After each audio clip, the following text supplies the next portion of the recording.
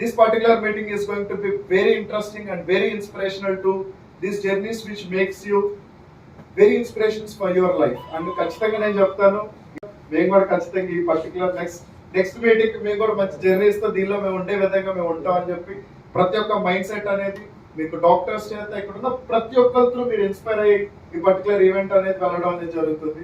ఇదే మేము ఆశిస్తున్నాం డెఫినెట్ గా. So I over to mister Sundar, so he will give a small good morning to one and all. I know why we are present here today. Today we are celebrating 7th anniversary of ARDO. Thank you అందరూ ఇక్కడ ఉన్న వాళ్ళు, ఇక్కడికి రాలేని వాళ్ళు కూడా I'm very thankful, we are very grateful. Very thankful, very grateful అనేది కూడా చాలా చిన్న word. So ARDO started 6 years ago.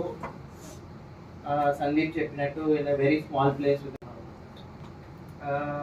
One day suddenly out of nowhere Sandeep Shobharani ma'am ni నాకు ఇంట్రడ్యూస్ చేశారు. That I'm actually a designer. I do digital stuff and digital designing.